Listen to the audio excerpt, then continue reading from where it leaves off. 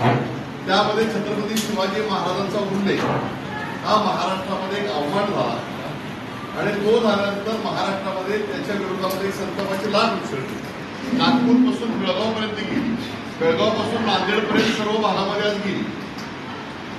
आजच्या दिवसात म्हणजे आज 11 वाजता अर्थसंकल्पीय अधिवेशन सुरू झाले, ते जवळजवळ 15 दिवस चालू राहणार आहे।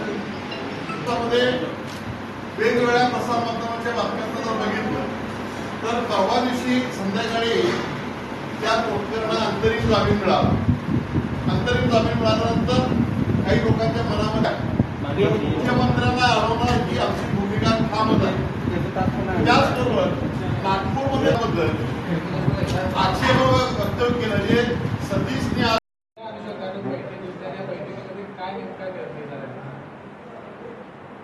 महाराष्ट्रामध्ये इतिहास संशोधक इंद्रजित सावंत यांना कोटकर यांनी एक धमकी दिली आणि त्याचबरोबर छत्रपती शिवाजी महाराजांच्याबद्दल अवमानकारक शब्द वापरले। त्यामुळे महाराष्ट्रामध्ये कोटकर यांना त्वरित अटक करावी अशा पद्धतीची गेले अनेक दिवस मागणी सुरू आहे।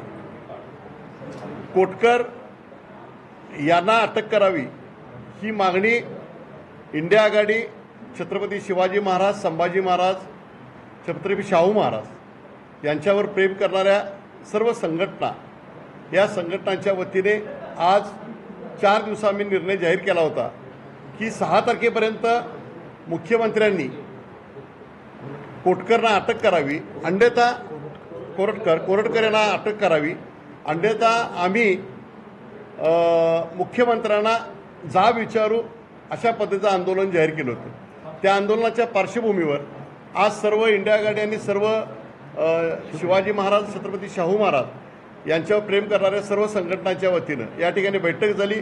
या बैठकीमध्ये निर्णय घेण्यात आला की 6 तारखेला मुख्यमंत्र्यांनी जर यायचं असेल तर त्यांनी पहिल्यांदा हायकोर्टमध्ये त्याच्याविरुद्ध या निर्णयाच्या विरुद्ध जावं।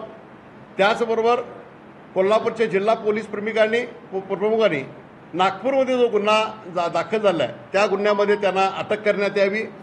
त्याचबरोबर कोल्हापुरामध्ये या कोरटकरनी ज्या वेळेला जामीनचा अर्ज केला त्यावेळेला खरं म्हटलं तर महाराष्ट्राच्या मुख्यमंत्र्यांनी, महाराष्ट्राच्या गृहमंत्र्यांनी या ठिकाणी प्रतिज्ञापत्र सादर करायला पाहिजे होतं की यांना जामीन देऊ नये म्हणून, पण ती भूमिका महाराष्ट्र सरकारनं घेतलेली नाही आहे।